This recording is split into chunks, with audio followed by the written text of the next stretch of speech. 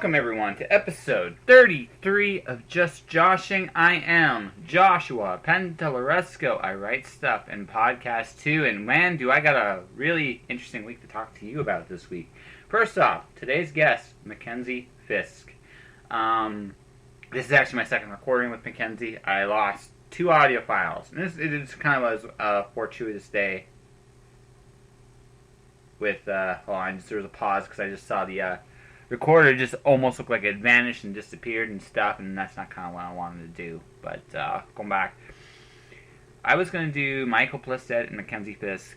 Michael would have been last week, Makenzi would be this week, and Miro was supposed to be next week. So I lost both Michael's and Makenzi's files. I don't know where they went. I don't know where they disappeared to. I could probably do a recovery thing, but instead I had this really fortuitous opportunity to actually interviewed them both at the same time today at Crowfoot Crossing.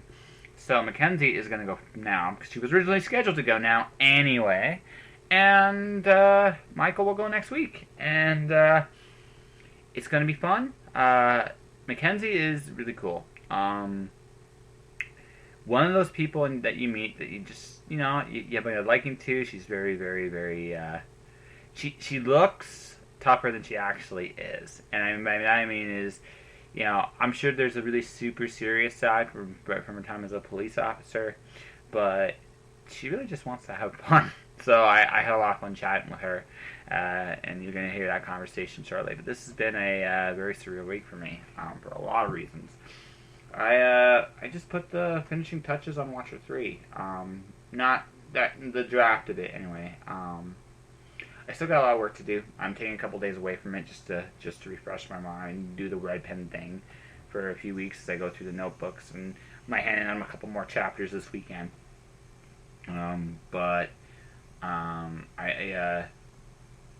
pretty much am done. There's nothing really more to say other than we're there and we're here and it's over. And yesterday, for the first time, they weren't in my head demanding a new story to be told. 4 years, I was a little emotional. It was an unusual day all the way around. I woke up at 6 o'clock in the morning with a plot twist. I was suddenly up. I was awake. I was inspired. I was jolted to do this. And I wrote for like 4 hours straight. I did putting all the chapters together, and I was near the end, and I knew I was near the end. And I worked on it pretty much that whole day. I got to a scene. I'm not going to say much about the scene, but I knew once I wrote that scene, I'd be towards the end of the book, because there wasn't much left to say. And I got there. And I finally did it. It made me almost cry when I did it, because it was a big scene. It really was. And then there was another big scene. And then there was the finale. Will I ever go back to this world someday? Maybe. I do leave a little puzzle kernel of where we could go at the end if I wanted to.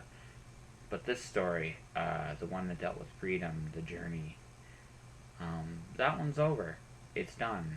I'm very happy where the Watcher ended up. I'm very happy with where Kristen ended up. I'm very happy where Will and Nikki ended up. I'm really happy that I told the tale. And yeah, it was rough. I mean, and then yesterday I was still kind of in that surreal, like, I don't need to write today. I just need to chill and relax. And that's what I did. I chilled and relaxed. Today, though, I'm back at it. I'm doing other things. I interviewed Makenzi and then Michael. I'm doing the podcast here. And tonight I'm writing probably the filthiest comic book I've ever written. I have explained a sniper deviant, pretty much. I came up, I think, with a new sexual deviancy. Something that's never been done, and it's one of the creepiest things. And the weird thing about that whole thing was the number of women that actually want to read this. Because I mentioned the word deviant. That women are freaks. You're all freaky. You gotta hear me? You're all freaky. But beyond all that, no, it's been good. I got a decision to make about a couple other things too. I got some other decisions, but I've been slowly purging stuff. I'm 2 less boxes than when I started. If I if I had gone today, if the day hadn't been so busy, I probably would go and clear out another box today. My goal this week is to get rid of all the excess books, probably by Tuesday, Wednesday. I have a guest coming for a couple weeks, and I want to make sure that this place actually feels kind of like a home, and not just a book depot. Although, don't get me wrong, there's still plenty of books here, and there's still going to be plenty of books to play with, but I have 2 bookshelves outside. I'm going to use them both, and I'm going to make sure it's done, and it's done well. It won't, and even then, I'll probably still need to get one more bookshelf somewhere down the road, but everything will be stacked, and everything will have a place, and that's the important part. Yeah, though, I mean, it's good. I am doing some stuff, and I wrote about the last day, and you can read about my whole thoughts about the last day on my blog at joshpentolarusco.com. I acknowledge quite a few people. The reason it's weird because a lot of people go, well, why do you do that? Because, honestly, I think it's important to be thankful. There's lots of people you meet in your life that do good things just being in your life. And while I'm not going to say I couldn't have written this without the people there, I am going to say that I don't know if it would turn out just the way it did without them, impacting, talking, and just being a part of my life. And so, a lot of people got thank yous, lots of them, and I'm not going to name them all here again, other than to say this, and then we'll go to the conversation. I want to thank 3 people in particular. First, Florence Chan.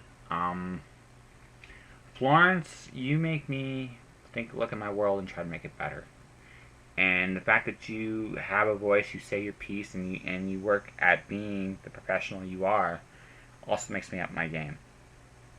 Kristen Denbo, because she's been my friend for a long time, and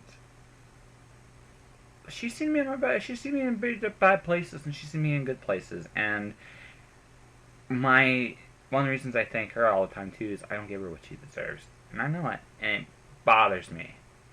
So the least I can do is say thank you every chance I get, so I do. And finally, I need to thank Justine, Mirandy, and Robert, because they are the publishers of Miracle Publishing, and they let me tell this story. I every time I told it, every time I went back to this world, I was always afraid I couldn't say anything, but it turns out I had plenty to say, and I would never have gotten the opportunity to explore that if it was not for Miracle Publishing. So, guys, thank you very, very much. And to the rest of you, too. You know who you are. Thanks for making me me. That means a lot. Alright. Time for our usual advertisement, and then off to Makenzi Fisk. Tired of buying t-shirts, coffee cups, and other memorabilia that all podcasts seem to have? I sincerely hope not, because I'm jumping aboard this gravy train right now. That's right. You can be the proud owner of a Just Joshing t-shirt, photographic print, and coffee cup at my Redbubble store. Redbubble has one-click ordering and will ship anywhere in North America. Check out http://worldwideweb.redbubble.com/people/jpentelarusco for more details.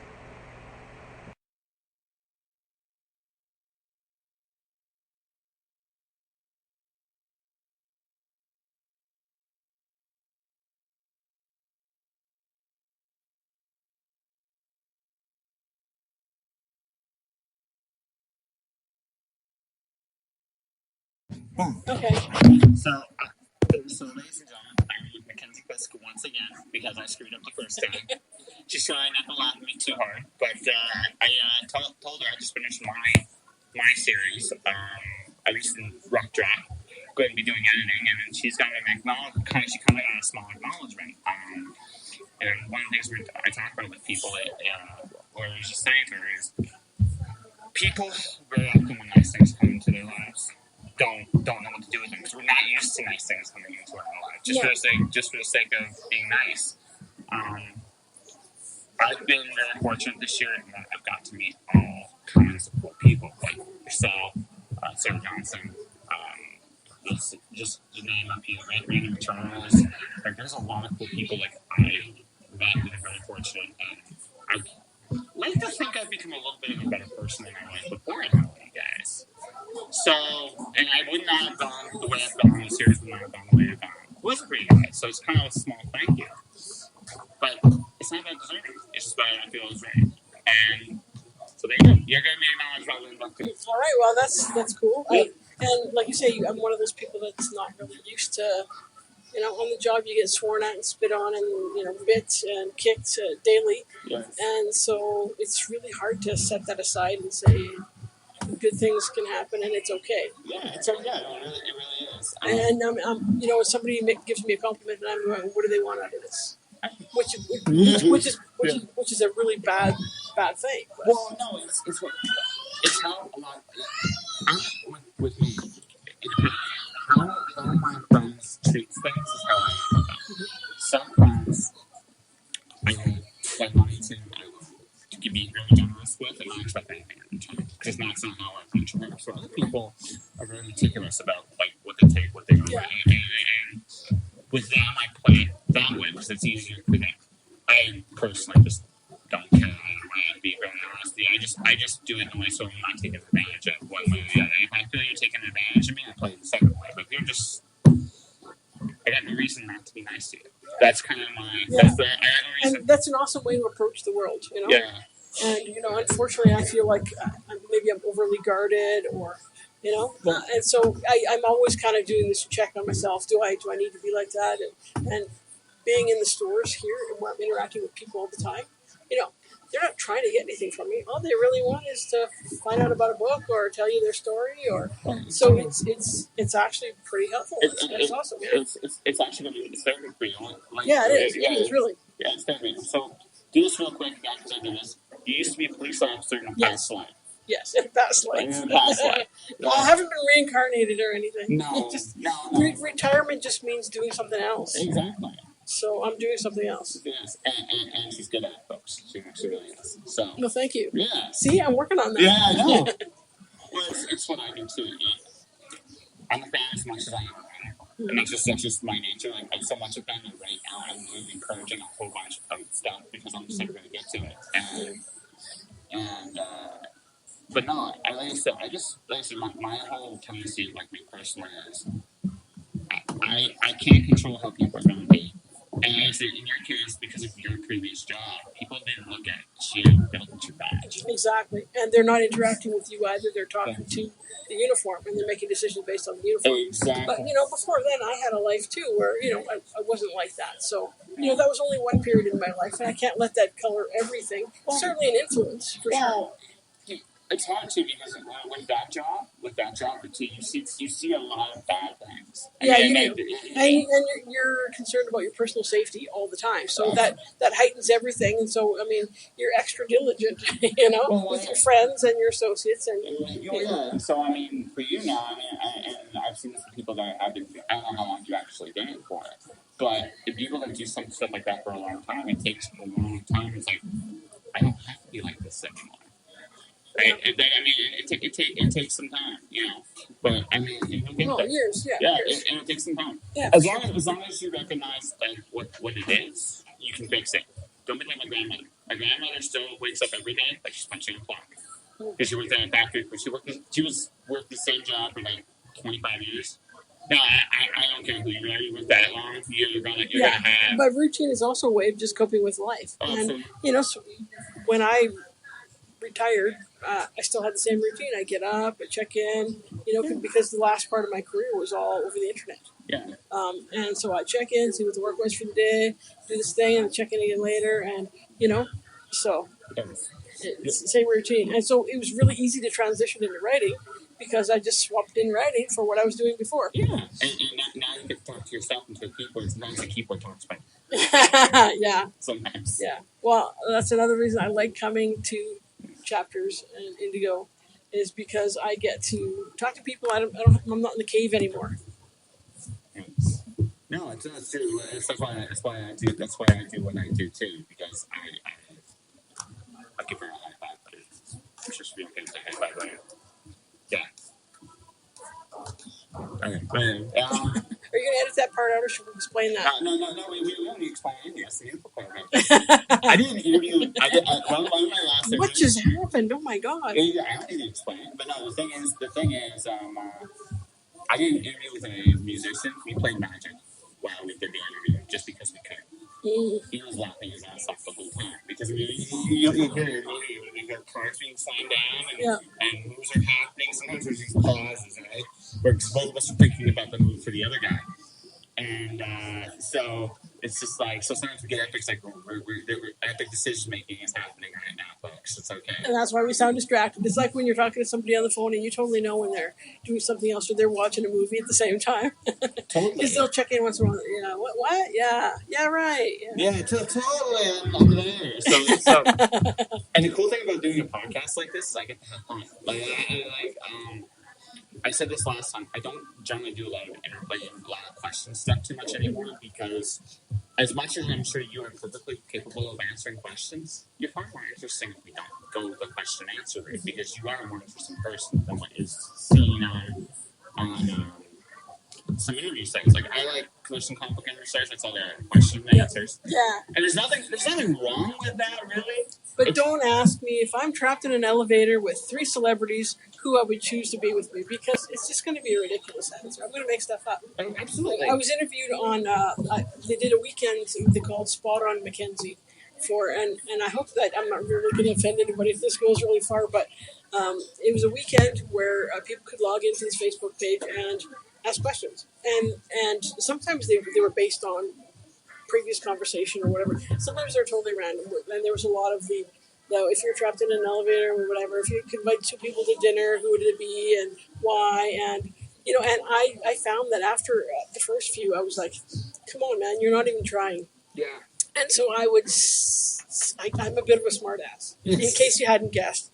I tried to tone it down, but I'm a bit of a smart ass. So I would start throwing stuff out. If you're going on a road trip, who would you go with? Well, I'm going to go with, this character from my book because she's really cool and fun, and Dwayne Johnson because he can do this or whatever. I'm just throwing out random, just because.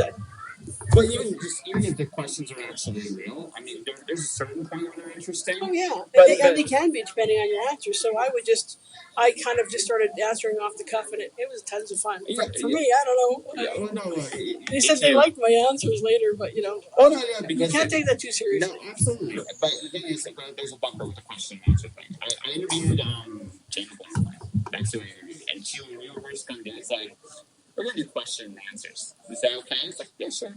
I did it for 2 minutes, and I just switched the conversation with it. Because when she got comfortable, she goes to me afterwards, that was a really comfortable interview. It's like, yeah, that's... I'm not trying, as long as you go in there with the whole concept of, I'm not interested in making it like that. I don't care. Right? You make yourself be yourself. That's the important... That's the point you do this. That's why people listen to podcasts. That's why people listen to the interviews. Because it's to get to know somebody. And the Q&A is a bit stiff. Yeah. However, I mean, in its defense, it's supposed to stimulate the conversation. You ask the question, and then you go to something next based on that. It can get really interesting. It's better in a panel. Like when you say there's a panel. To get the conversation started. Or even with, let's say you're talking to a whole audience. That's when that really shines because the whole audience doesn't really, you have to have some way of organizing a conversation. Yeah. And that is the way to do it. Which is number 1? This one is number 1. That's okay. We're out on a podcast, but it's pretty free flow. So he's interviewing me. And he's also a writer. He's quite good. Okay. And so yeah. Yeah, actually, no, it's just very, very, very good. Surprisingly detailed. A little bit more detailed than I expected, actually, which is good. I like to do my homework. This one I did a lot of homework on poisons, a lot of homework on outdoor, animals, wildlife. Yeah. I based it kind of on my police background for the police part of it. I'm a retired police officer, so. Although it's set in northern Minnesota, but, policing is pretty much the same anywhere.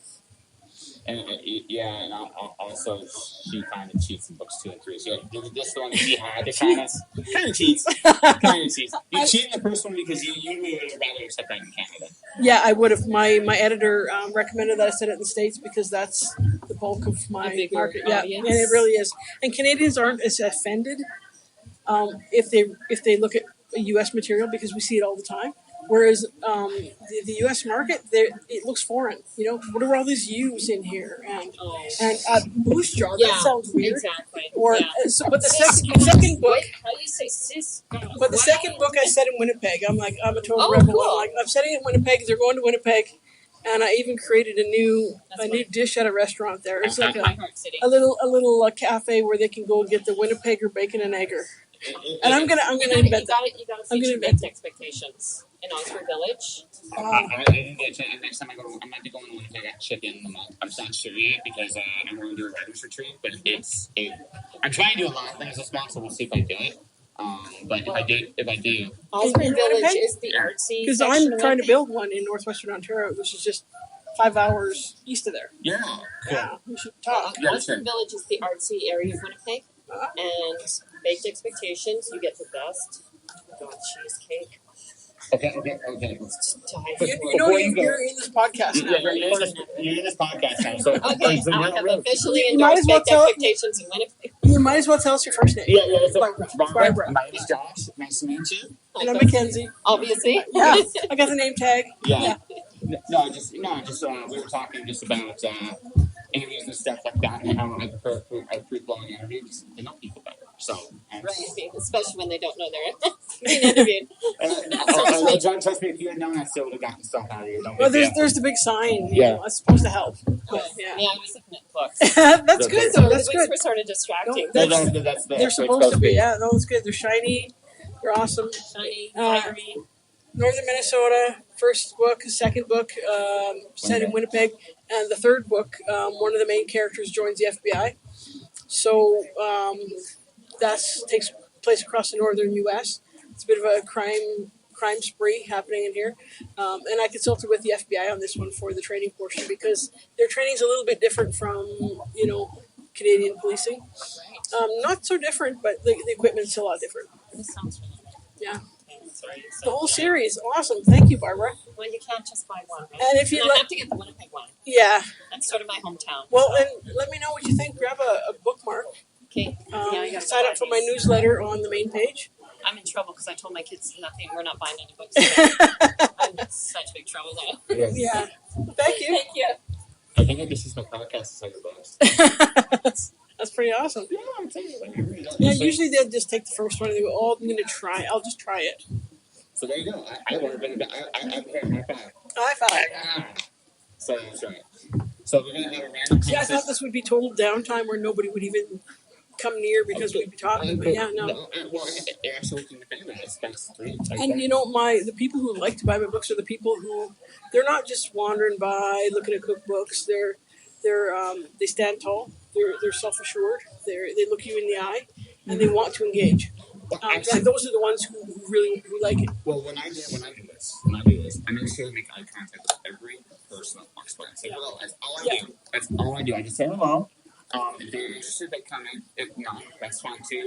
I don't look at it just as a short-term kind of will I sell thing. Yeah. I don't look at it like that. I look at it like that, just like that. Right? I look at it more like this is about making people aware that you are not evil, you're not just the worst thing you can do are actually at a book table is look like a salesman. That is the absolute worst thing. You have to sell, and there has to be a moment where you do a 30-second pitch. And that's where I have this problem where at the end where they're sort of hesitating, where they're not sure, and I back off because I'm crappy at sales. Well, thank you very much. Yes. We're doing a live podcast. So would you like to say hello? Yeah. Say hello. Yeah, you're going to be recording. He's recording a podcast right now. Okay, so say hello. How's it going? My name's Joan. Joan, thank you, Joan. Yeah. Did you get all three or the first one? I just got the first one and I read it and I just thought it was so interesting. Awesome, thank you. We went to the intuition that our partner had. Yeah, That was really cool.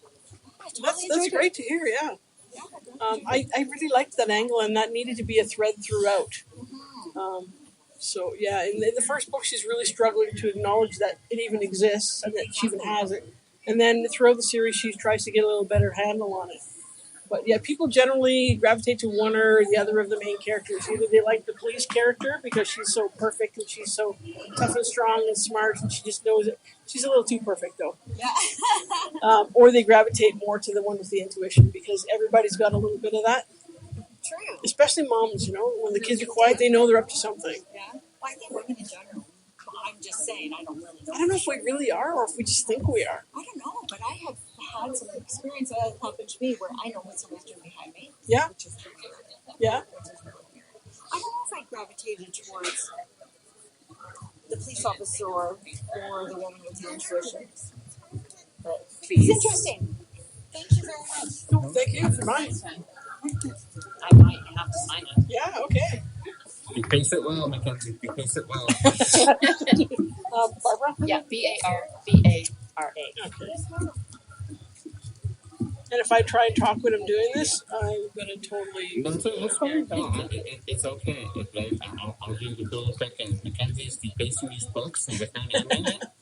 And I know I got a smile from what's Barbara? Come on, we just I know. 2 minutes ago. I did, yeah, totally terrible names. I moved too much. Okay, that's okay, Josh. That's okay. So, I just want, no, but the worst time, my last name's Pantalleresco. So my worst Pantalleresco? Pantalleresco. So that's my last name. Pantalleresco. That sounds Italian. Close, not quite. What is it? Maltese. Oh, I would never guess that. Yeah. But see, because of that, I double check names all the time because the worst thing I can do is Call someone by the wrong name. Yeah, no, especially with this, I had no excuse. I had none. So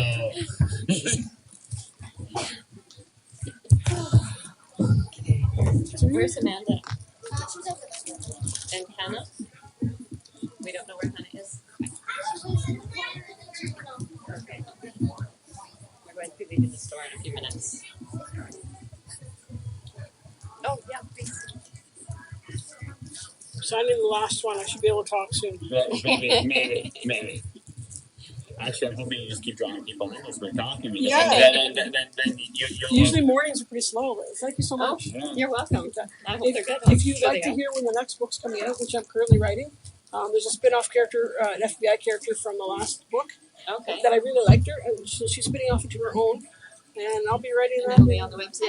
Yeah. If you sign up for the newsletter, there's a little button right on the main page. I'll let you know when it comes out. Excellent. Thank you, Awesome. Thank Makenzi. you. Well, All right. good luck. Have a great day. Okay, this way, guys. So here you go. So, yeah, awesome. Yeah. So I asked after I saw how the box I'm gonna have to get my ladies. The first one, it's okay, because I'm not going to get what they call skunked. Yes, exactly. My grandpa used to say, when he's playing cribbage, you got skunked. At least you passed the skunk line, you're okay. Yeah. And after that, it's all about relationships. And, I've had people, and later they'll call me for, come speak to the book club or something like that. And it's awesome. I've also had somebody who was thinking about considering my book for the grade 9 school curriculum. It'd be cool. I don't know. There's a bad guy in it, and I'm kind of protective of kids, so No, I'm not going to say like my current comic series. Not this. Yeah, No, I say it's not for kids. I did have a lady who bought this book for her young daughter, who was pushing really hard, who's a very advanced reader, and so I told them the whole storyline, which I'm not going to spoil here. No. But I told her the whole storyline, and I said, you read it first, and let me know if you think. Yeah. I do this for the I do so I give her some comics and stuff. Like if I want the kids. Comics naturally appeal to kids. No, comics actually do appeal to kids, but they also appeal to kids at heart. I have 2 comic series I'm working on right now. One of them is very adult. There's a parallel worlds, and the main character is very messed up. Like really, really messed up. I came up with something like, how would she cope with this? If you were living in a world like this, how would you cope? I'm not going to give it away. Well, where are you drawing from when you're writing the messed up? Are you drawing from your own and you're ramping it up or applying it to that situation? That's kind of what I do. Or do you draw from something that you've seen or heard? Oh, in this case. Without getting too many details, the whole idea about parallel universe, I see it all the time today, and especially we have huge class issues today, and the idea of who are people, right? And that's why and I'm doing a parallel worlds comic book because because I can look at that, I can explore that theme in great detail, because the plot basically is, it's about a sniper who snipes out revolutionaries that can keep the parallel world crime in power. And the justification for it is they're not people. They're just aberrations in the universal Which is how it's always done. Exactly. You dehumanize them. Yeah. Yeah. Exactly. But what if you... Now, are you doing it how, classically they start slow, so it's not even noticeable? With the process, but they're already dehumanized? Oh, no, she was born and raised into this whole system. And it's just how it's always been. It's how it's been for her, as long as she's been. But the thing of it is, with her, it's one of those. You go back and talk about intuition, but I don't. The only thing I disagree with that is I don't think intuition is just on one. It's everybody's got it. Oh, it's not. Yeah, Tons of guys do. Yeah, and the thing is, sometimes you see a situation and you just know it's wrong, and you don't always know why it's wrong. You don't always know. You don't know why. Like the details escape you. You just can look at something sometimes, and all right, we'll see how deep down the rabbit hole you can cope with this. I remember one time going into an alternative health shop in Phoenix, Arizona. Yep. Now the woman who was running this place was my nickname for her was Makenzi. She had this whole clown thing down, but one of her associates, I actually felt this compulsion to go with her. Like this, but she was creating that compulsion, right? Through, shall we say, cane means? And I didn't know at the time. My dad did. My dad saw her, threw her granddad and shut it down. But so you're saying this runs in your family? Oh, somewhat. But it's one of those things where,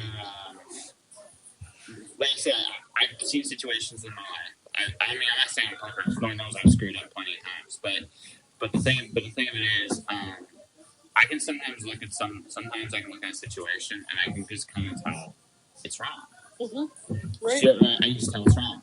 She knows what she's doing is wrong. When I describe her in the script, her pupils are only slightly dilated because that's one of the ways she copes.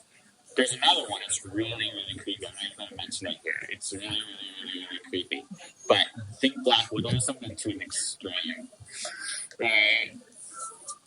My mind could go too many places with that. I know, but I came up with something really creative because it's a parallel world. But it's just like, that's messed. I told it to two people, they looked at me and said, messed up. It's like, yes it is. But it's how she copes. Right? In the first, so the story here is, and I hashtag this, we are people too. Because this is about the fact that I am here, and most of my interaction is literally to a window in the world. That's literally what it is. I mean, you look at computers, what a window is. Yeah. And the reason why you see so many people get dehumanized online is because you're not interacting with them as people. You don't think of them. It's such an easy line today to not look at the people. You're looking at their emoji or their... And you don't have to ever deal with them again. It's like passing a stranger on the street. Yeah, actually it's worse. You don't even do that. Yeah. You don't even do that. I look at the fact that I look at some of the things I read online. I look at some things, and there's a real big. So this is the part I've seen. I still remember recess. I still remember all these fun interactions. I still remember talking to people, and I can still do it. But the generations that are coming up after me, there's this buffer now that we never had as kids. So one of my big worries coming down the pike is because this is how it's going to be. If somebody wanted to keep people divided, let's say someone with more level kind of thought, it's really easy to keep people divided in their own windows and their own fantasy worlds. Sure it is. As long as you keep them in there. Yeah, exactly. But there's always going to be those people who are going to break out because they don't want to be in the box. They can't do it. No, exactly. Yeah. But the thing is, that's the way we're heading. Yeah. And the bulk of them are. I mean, they're watching the same shows on TV. They're being spoon-fed everything the same. Well, it's even the same memes now. This is the thing that really boggles my mind. I'll read the same meme different people now. And don't get me wrong, some of them are funny. And I'm as guilty of that as anybody. If they're funny, I'll do it. I drive, but it's like... It's just a little bit of entertainment. Yeah. And I think if you keep it as it's entertainment, it's a little bit of connection, and then you go away and you have your real life. You need to balance, and I think we're way too focused on it. But I sound like all the old people from when I was a kid. Kids these days never look you in the eye and never have a good handshake. And remember all the old folks? That's what they always used to say. You guys are going to be a terrible generation, and we're doing the same thing. We're like, all this connected thing is going to be bad for you. Who knows what it's going to be? Well, I don't. Well, there's going to be bad to it. So there's good to it too. I mean, look, I also never forget the fact too. I have friends in Singapore. I have a small fan base in England. That would not be possible if I had the federal standard means that I had before. Never would have existed. Right. So, but speaking of that, so when we're talking about getting me an adjuster, are you just making me go out there just so you can YouTube me running the horses? That would be fun. It would be fun, and if I know where you're going, I'll totally do it. Yeah. There's a word for the squire for a day. Yeah. And I think they call them crunchies. Crunchies? Yeah. Okay. Or horse fodder, I think. Because you're the guy at the end of the list when that horse is running for you, and you got to try and stop him. Because he's going full tilt, and he weighs quite a lot. No, and they're huge. Have you seen the horses? Have you connected with her yet? I haven't connected with her yet, but see, I did. But no, summers are busy, so. Oh no, it's more like this. One of my girlfriends used to live right beside a horse farm. She would go there and train. I learned an awful lot about. I'm not going to say I'm a pansy on the line, but I also know how to shut a horse down now. You're going to be the perfect crunchy. Yeah. I'm a pansy on the line, but I also know how to shut a horse down if it really gets out of hand. Mm-hmm. One guy, I remember this, and he showed me, the guy ran the farm. He was 66 years old, and I still wouldn't want to get into a bare knuckle boxing after this point. He grabbed the horse by the nose and claw and just crunched, and the horse buckled. Like, strong day. Yeah. All your animal activists are freaking out right now. That's okay. Yeah. That's okay. If you want to go try to talk to this man, go for it. Be my guest. But no, the thing is, he showed an awful lot about like he knew an awful lot about how horses work and activate. And the biggest thing I learned, and my one friend who does a man on runs horses, she gives me a smile of approval every time I say it. Sit beside the horse. That's it. That's the biggest thing.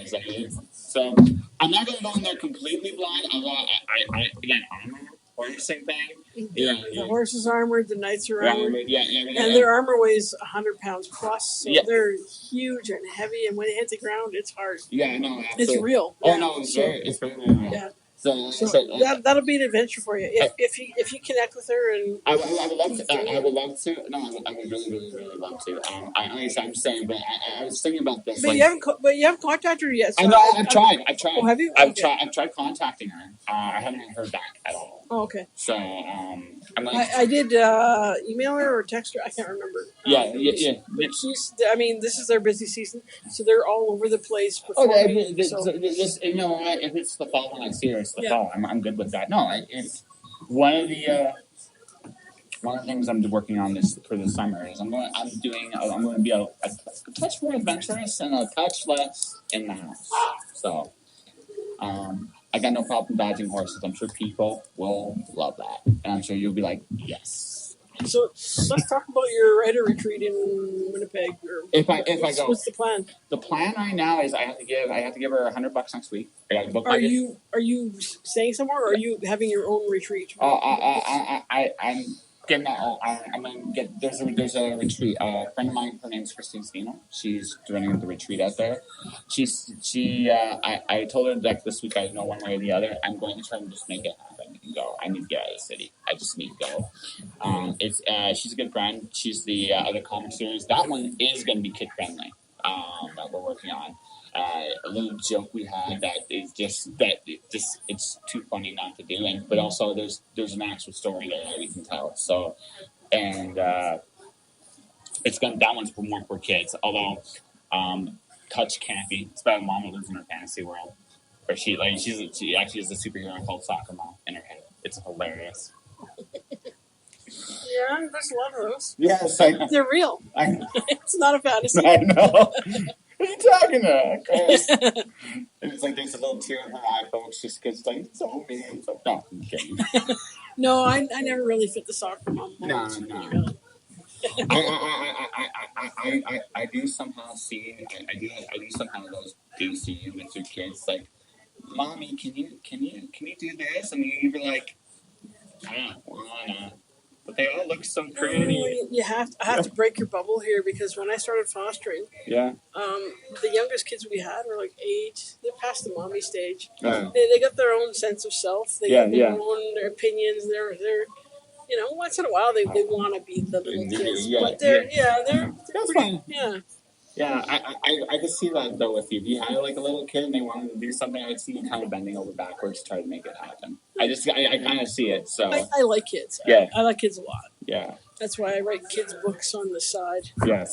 Because and every kid that comes in the store, I'm like interacting with them, and then they look at my books and I go, "Oh, sorry, sweetie, this is not for you. Not yet. Come back with your mom." But no, I mean at some point I would like to see your kids stuff just because I'm it's so totally smushy.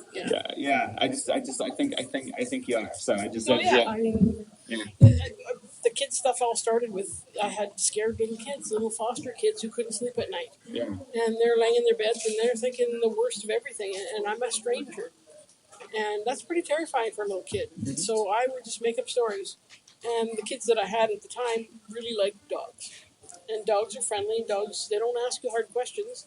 And so I made up a story about a couple little kids who, this magical dog comes and he comforts them and they have adventures and they do stuff. Mm-hmm. And the dog can be really big or really small, and he's got some cool stuff that he can do. Yeah. So it was something for them to think about instead of their scary world. They can think about this magical dog who can glow in the dark when he wants to, and it was just something else. But I kind of talked myself into a long-term gig because you tell a story they like, and then you go, the next night has got to be a new one. Absolutely. Yeah. Absolutely. So anyway, How are we doing for time? well, we've gone way over. As usual. That's because you're so chatty. Well, I know how to do this. I've been interviewing people for 12 years, so it's just I passed the question and answer thing a long time ago, and I also just know the fact that Yeah. Everybody's got a story. Everybody. They do. Everybody has a story, and everybody is unique and special and wonderful. And if you go in, my goal is to bring that out. I actually like this conversation a little better than the last one. A little bit. It's smushier. Yeah. It's only just a little smoother. I just think that. Well, we know each other a little bit better too. Yeah, that helps. But I mean, I think it just more comes by is I got to see we got a little of everything. I got to see we got to talk about humor stuff like me dodging horses, which we got that. Yeah, it's always fun. And yes, I would love to see that. Yes, I'll bring a camera for sure. Yeah, absolutely. That'd be like a YouTube sensation. Because you're going to need evidence for your insurance claim anyway. Yeah, absolutely. No, I will. No, I will. That's something to look at when you're laying in the hospital for all those months. You'll need that. It's okay. It's okay. It's okay. I have a little advantage. It'd be probably more like a few weeks, but I'd be definitely like. Okay. Why you say so much? But no. But more than that, I definitely got you some bucks. Yeah. Which is really cool. And that was a really nice surprise. Yeah, which is cool. And then we got to actually do this conversation and do it right. And I got to find my significant other and give her a high five. Yeah. Because she brought me a nice cap. Yeah, it's all good. I love that. So, on that note, let's do this one last time. I think the only other question we're going to ask on this podcast. Any wonderful social media interaction people want to find you? Like where they can find me on Facebook, Makenzi Fisk. Yes, right. Or MakenziFisk.com. And Makenzi spelled weird, Makenzi. Yes. Everybody always adds extra letters, but that's... I do too. I'll fix the next name. So, on that note...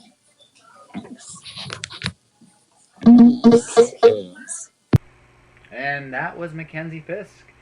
And Makenzi, you guys spell this right, is Makenzi. Fisk, Fisk. Her books, first one is called Just Intuition. She is one of a kind, awesome, amazing person. Like I said, one of the people I just think that made me a better person just getting to know her. So, beyond all that, that's another episode of Just Joshing. Michael Plested is the next week's guest. Make up for him, and then we'll go back to our regularly scheduled programming. In the meantime, guys, buy the merch, buy the books, be inspired, do your thing. Now I get to write a very, very, very filthy comic, and it's going to be fun. You guys take care of yourselves. See you next week.